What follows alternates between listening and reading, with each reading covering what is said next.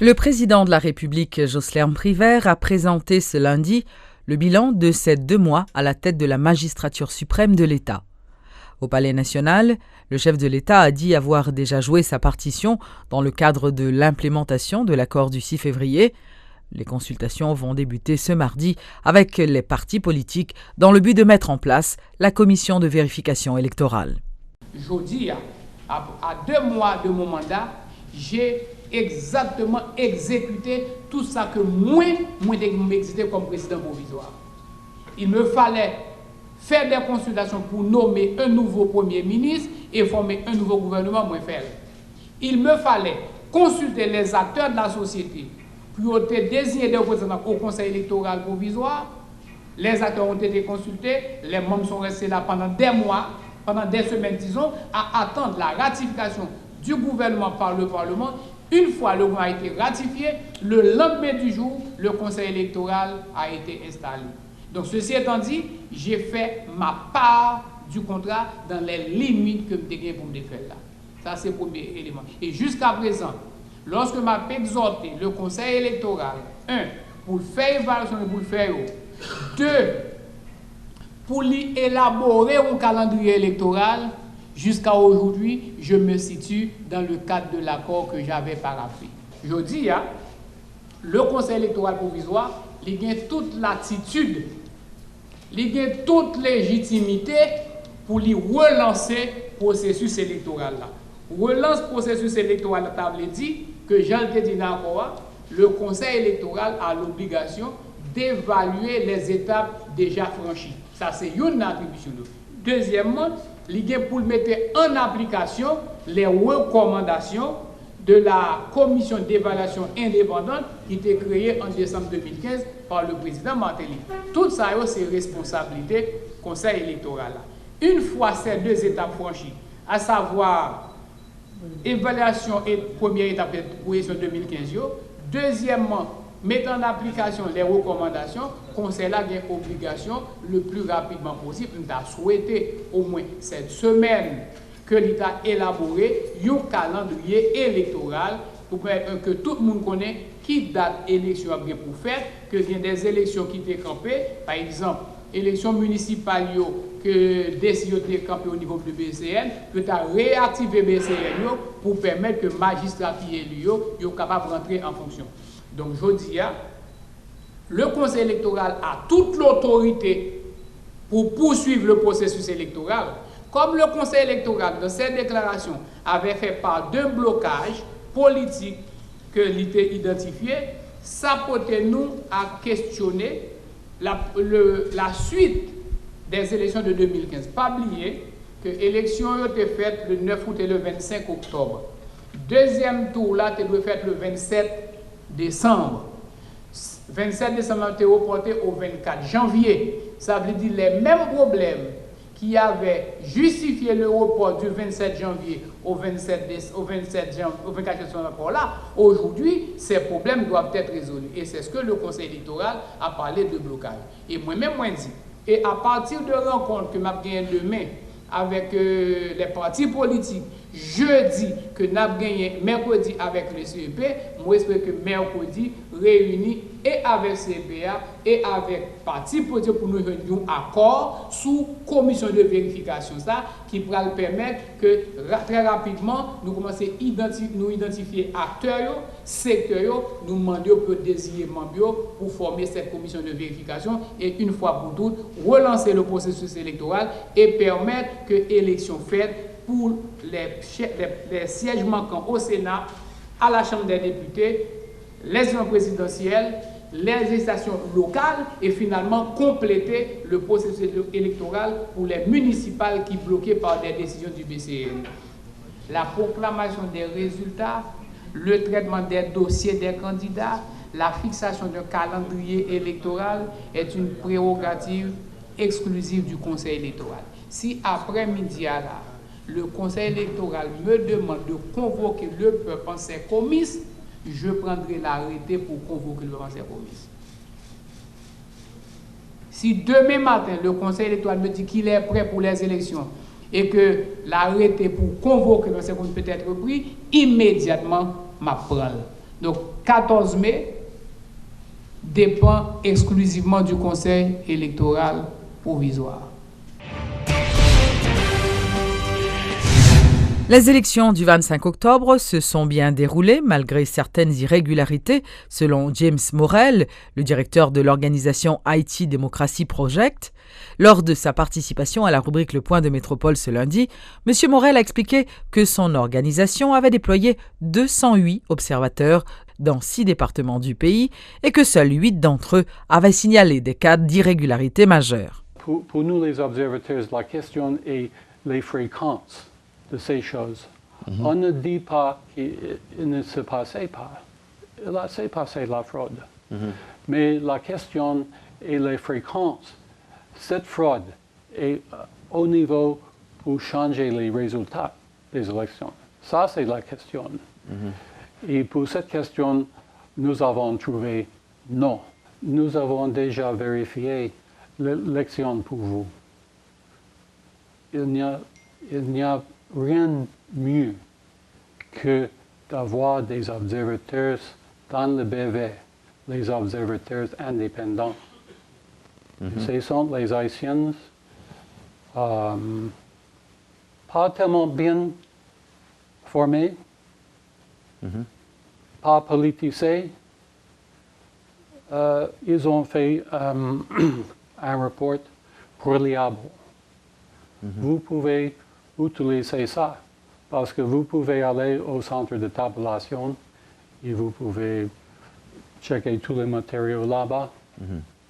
Vous ne trouvez pas des choses qui pourraient changer les résultats. La meilleure chose, ça c'est on doit savoir ce que s'est passé dans le BV. Le citoyen Ronel Nelson n'a pas répondu ce lundi à l'invitation du chef du parquet de Port-au-Prince. En effet, M. Nelson devait s'expliquer sur les nombreuses plaintes portées contre lui. Mais le commissaire du gouvernement auprès du tribunal de première instance, maître Danton Léger, va réitérer son invitation tout en indiquant qu'il n'y avait aucun texte de loi traitant de l'interdiction de départ dans la loi haïtienne. D'ailleurs, de nombreux secteurs avaient élevé la voix pour dénoncer cette décision prise par le commissaire Léger. Une telle mesure est attentatoire à la liberté individuelle et n'est pas prévue dans le droit haïtien, selon différents hommes de loi. Mini-justice là, M. Camille Edouard Junior, que je salue, qui soutenu nous très sérieusement au niveau du parquet. Nous sommes dit d'ailleurs que le président de la République, là, que le Premier ministre, il n'a pas imposé nous-mêmes dans le paquet en politique pénale. L'aime de chance pour me demander mini-justice, cette politique pénale gouvernement, il dit, je ne pas la président, je ne pas la Premier ministre, il dit moi pour me dire à tout l'autre paquet c'est pareil que politique pénale gouvernement, c'est la loi. C'est nous, c'est conscience nous-mêmes qui au niveau du parquet. Donc clair? Donc, question de persécution politique là, je ne parle pas parler de ça encore du tout. Les amis, en entendent nous. On va dire qu'il y a persécution politique lorsque nous interdit de départ des propriétaires de un bateau, côté que ils ont 800 kg de cocaïne sur lui. Ou dit qu'il y a persécution politique lorsque sur le même bateau ça, nous ne jouons pas moins de 10 kg d'héroïne. Ou dit qu'il y a persécution politique lorsque il y a des preuves, le parquet a des preuves tangibles et palpables que il y a un stade de mini-stade qui a construit dans le pays. Il a débloqué dans l'État, dans la caisse de l'État, 13 millions de dollars américains, alors que il y a des côtés pas un travail qui fait du tout. Et ça doit là, l'argent qui a débloqué dans le financement, c'est pas l'argent ça oui film yo. Il y a des films qui viennent côté nous, qui viennent côté plaît oui, bricou oui, après yo dit nous, yo ba nous 13 millions de dollars. Et menti oui, c'est 1 million et yo ba preuve là. À toi nous c'est chef poursuite pour nous ça passer. Il faut que tout le monde qui est collimateur de la justice en tant que chef poursuite fait toute disposition pour nous faire moun ça yo rester disposé disponible à la première réquisition de la justice.